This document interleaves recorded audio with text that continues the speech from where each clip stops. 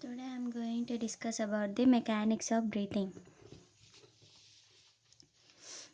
Mechanics of breathing. First of all, we should know the definition of the mechanics of breathing.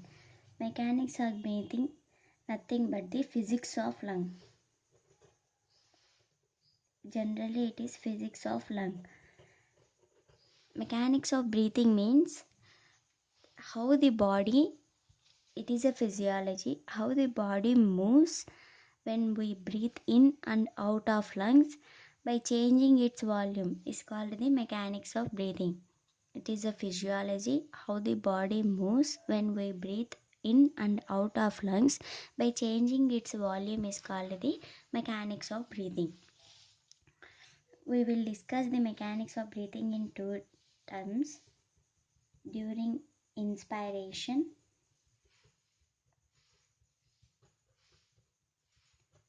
and during expiration.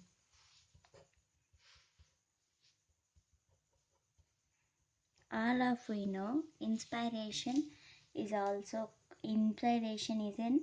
active process.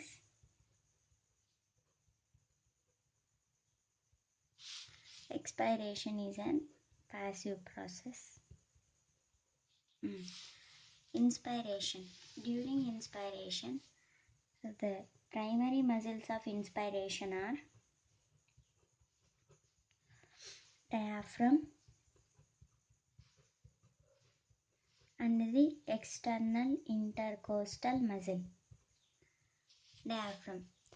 First of all, we should know the definition, mechanism of diaphragm, how it is acting. Diaphragm. Let's draw a small diagram. Here is the lungs. Here is a heart. Here is the diaphragm. Trachea, bronchiole and the carina. Here you can see that when during inspiration the dome shaped diaphragm becomes flat. It increases the vertical diameter when diaphragm becomes flat. So the lungs become this size longer. It is better to inspire. Then lungs not only push the diaphragm downwards but also it pull the diaphragm forward. It increases the transverse diameter. It increase in forward diameter, increase in transverse diameter causes increase in negative pressure in the pleura. Intrapleural pressure becomes negative, more and more negative, so that more and more air enters into the lung. Diaphragm pushes the contents of the abdomen. It not only pushes the contents of abdomen, it also pulls the thorax outward. So diaphragm of the transverse diameter increases. This is the mechanism of diaphragm. Then we will talk about the external intercostal muscle. External intercostal muscle. Here is the vertebral column. Vertebral column.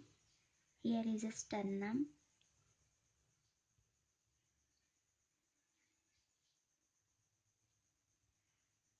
Here is the ribs. Attachment of ribs. Before we wanna go into the external intercostal muscle topic, we should know about the arrangement of ribs in thorax. Ribs are arranged from vertebral column to the sternum. Vertebral column vertebral column is present somewhat upward and the sternum is present somewhat downward. Here you can see that here is the vertebral column, these two fingers. Vertebral column are present somewhat upward, then sternum is present somewhat downward. Ribs are present laterally downward, not this like this downward. Here is the sternum, here is the vertebral column. Ribs are running forward, ribs are running forward laterally towards the sternum. Laterally it was bent like this. When external intercostal muscles are contracted, these external intercostal muscle pulls the rib upward. See here, external intercostal muscles are contracted. This muscle pulls the ribs upward, causes increase in transverse diameter. See this, normal position of ribs is like that.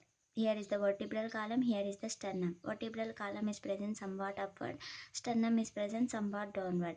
Ribs are laterally bended like this.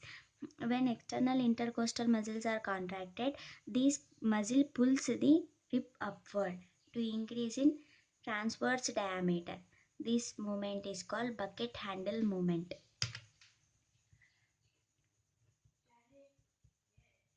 See, this movement increases transverse diameter. Normal position is like this. When you contract the external intercostal muscle, this increases the transverse diameter. Bucket handle movement increases transverse diameter. See, here is a bucket I am drawing. Normal position of ribs is like this. When you contract the external intercostal muscle, the position is like this. See here, it increases the transverse diameter. External intercostal muscle not only increases the transverse diameter, it also the it also pushes the sternum forward. See here, here is the sternum, here is the vertebral column. It pushes the sternum forward so that it increases the anteroposterior diameter. Not only it increases the transverse diameter, but also it increases the anteroposterior diameter by pushing the sternum outwards.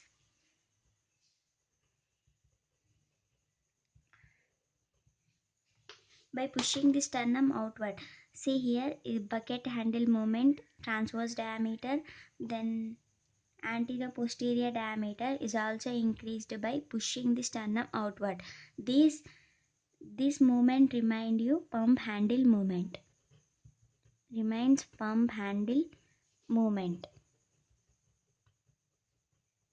Pump handle movement. See, here is the pump, here is the handle, here is the sternum.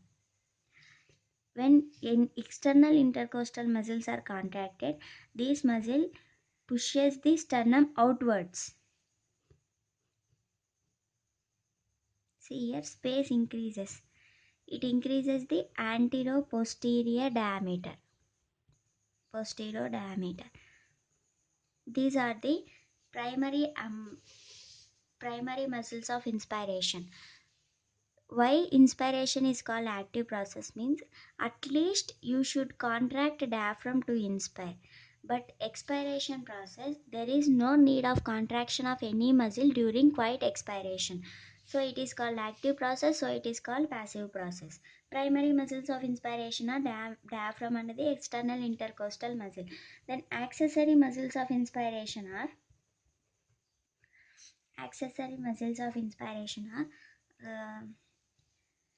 sternocleidomastoid, scalene muscles, pectoralis major muscle, upper respiratory tract muscles. These pulls the um, these pulls the thorax upward to increases the diameter. Expiration is also called as passive process. Why means see, let us draw a small diagram.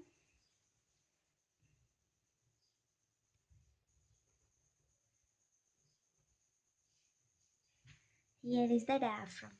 Mm. Airways. The lung has elastance. Elastance means it resists the deformation. More you pull, more it recoil back. During inspiration, we are pushing the lungs outward.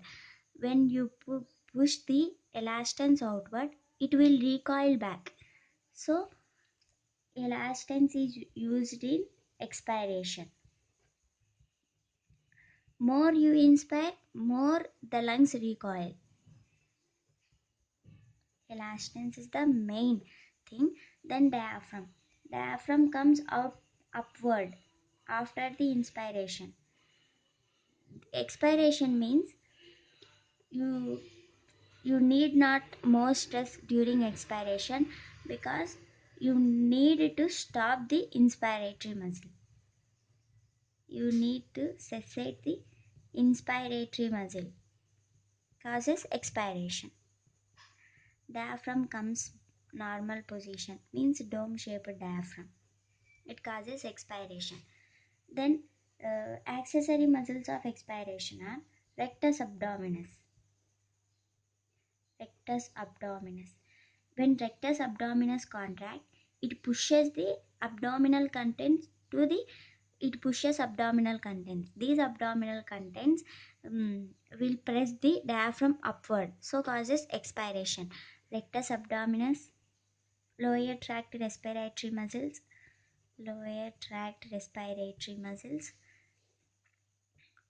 These are the main accessory muscles involved in expiration. Inspiration and expiration. These are the mechanics of breathing.